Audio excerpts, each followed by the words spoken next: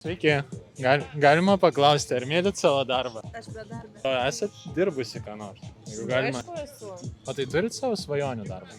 Mano svajonė nedirbti. Sėdėčiau, kavytę gerčiau. Aha, ir taip visą gyvenimą galėtume daryti. Ne, žinoma, ne. Turit milijoną eurų ar dolerių, ką veiktumėt? Keliaučiau. Aš buvau HR-as, tai netiko man. Nes aš dirbau iš namų, tai man neleido dirbti iš ofiso. Man labai svarbu būti prie žmonių, su žmonėmis. Labai paradoksalu, darbas su žmonėmis, bet nebūni tarp žmonių. Taip.